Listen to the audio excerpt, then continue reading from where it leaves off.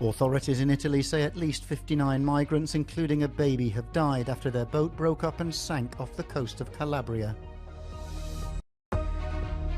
Fighting in the Donbass region continues, with those in the town of Vuhledar living within the rubble and destruction of war. Energy prices have come down, but the rising price of food is fueling a cost of living crisis across Europe.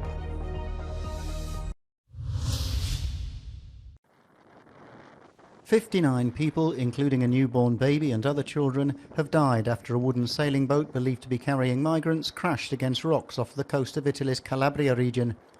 According to survivors, there were around 140 to 150 people on board the boat. 81 people survived, with 20 of them being taken to hospital. Una tragedia stamattina, vedere quelle scene di bambini restituiti dal mare, cadaveri, scene strazianti.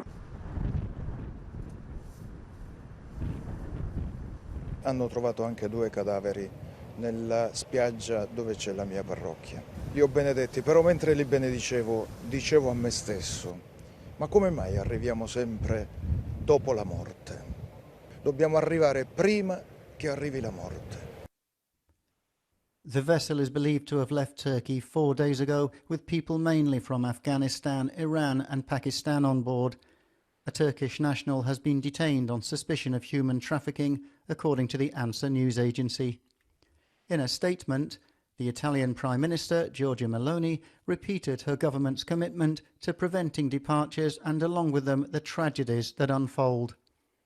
Only a few days ago, the Italian Parliament passed a controversial law. It forces rescue ships to carry out only one rescue operation per mission. According to NGOs, this significantly increases the risk of deaths in the Mediterranean.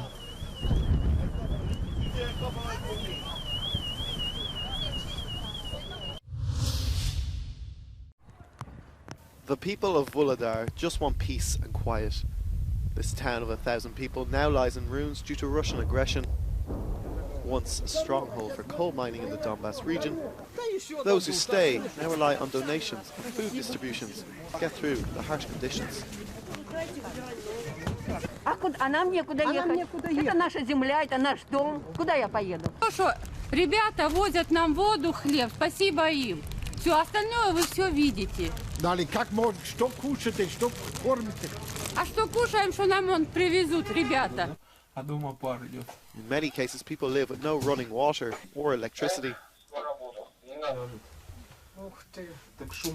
Здесь родители старенькие. Что? Родители старенькие. Здесь. Vuhledar is heavily sought after by the Russians, with some of the fiercest fighting in recent months taking place here.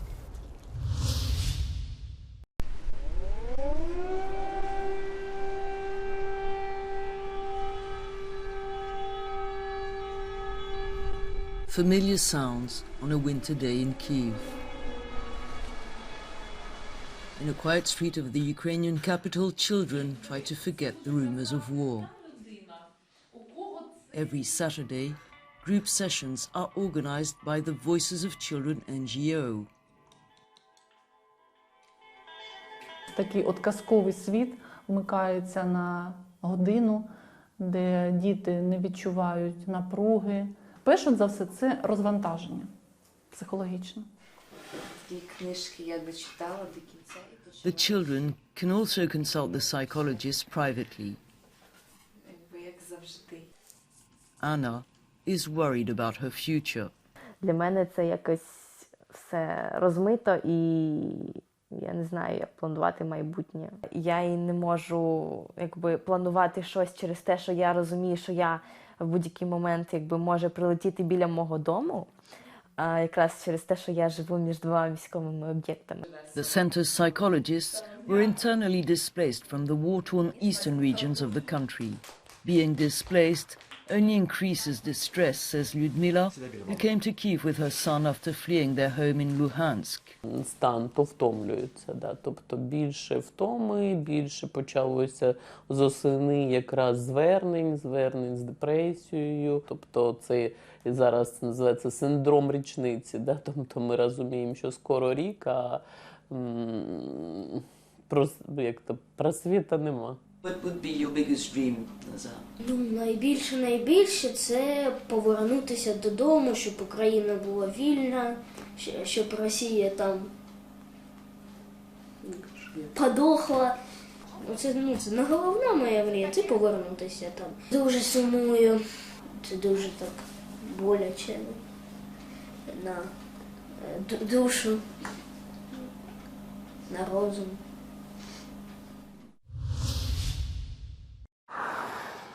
Slowly but surely getting a deal done. That's the message from the Irish Taoiseach on the Northern Ireland Protocol. Speaking in Galway, Leo Varadkar said that intense talks between Dublin, Belfast and London and Brussels were going well. I think the talks on reforming the protocol are inching towards a conclusion. Certainly the deal isn't done yet, but I do think we are inching towards a conclusion, and I really want to thank the UK government, the European Commission and the Northern Ireland parties for the level of engagement that they've done in recent months to get us to this point, and would just encourage everyone to go the extra mile to come to an agreement, because the benefits are huge. Talks in mid-February between Northern Ireland's parties and the UK Prime Minister Rishi Sunak appear to end positively.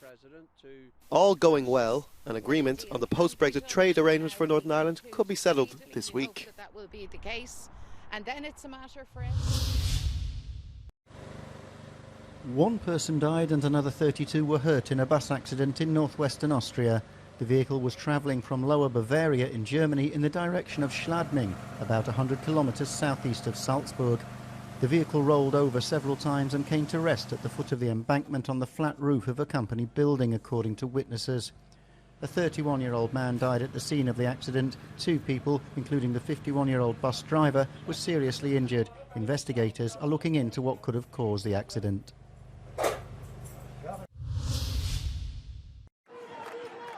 Thousands of people took part in a protest rally in the Portuguese capital Lisbon to demand action from the government on the cost of living crisis. The demonstrators called for a fairer life and an end to price increases in an event organised by the group Vida Justa, which means fair life.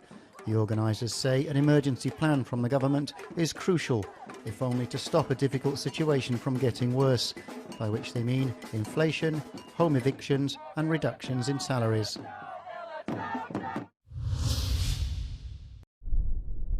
It started with energy, but a cost of living crisis has now spread to all sectors and all countries across Europe. The problem has many components, but the one that really concerns political leaders and affects households the most is food price inflation.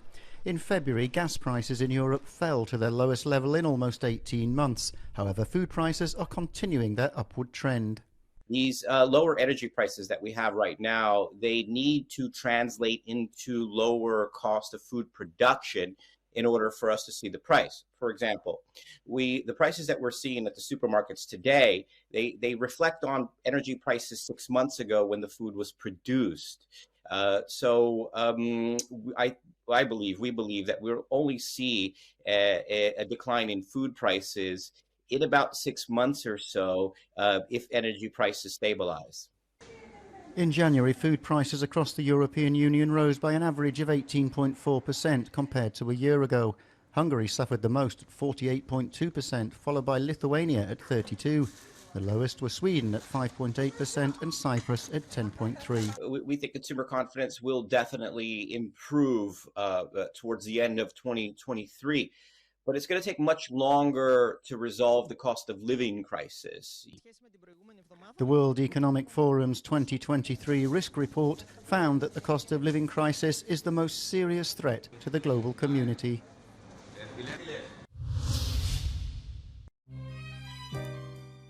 Jacques-Henri Lartigue, one of the greatest photographers of the 20th century, is best known for his black and white pictures.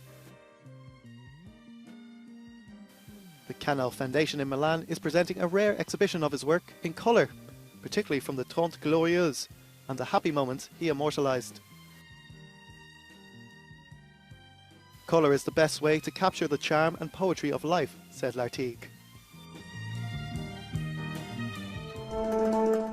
Maurits Cornelis Escher is one of the most unusual artists of the 20th century, born 125 years ago in The Hague, in the Netherlands. His city pays homage to him through an exhibition of his main works. Entitled Escher, Other World, the exhibition of the Kunstmuseum combines works by the Dutch master with architectural installations that bring Escher's strange world to life.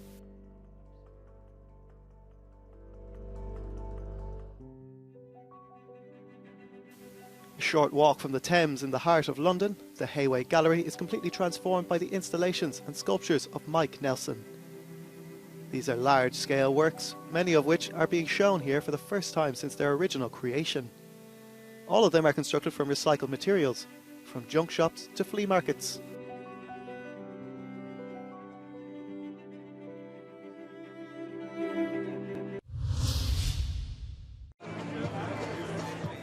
The Berlin Film Festival on Saturday awarded its Golden Bear top prize to Sur la Demande, a documentary by French director Nicolas Philibert. The film takes viewers onto a Seine barge in Paris that serves as a floating daycare centre for adults suffering from mental disorders. At first I want to tell an immense thank you to La Berlinale.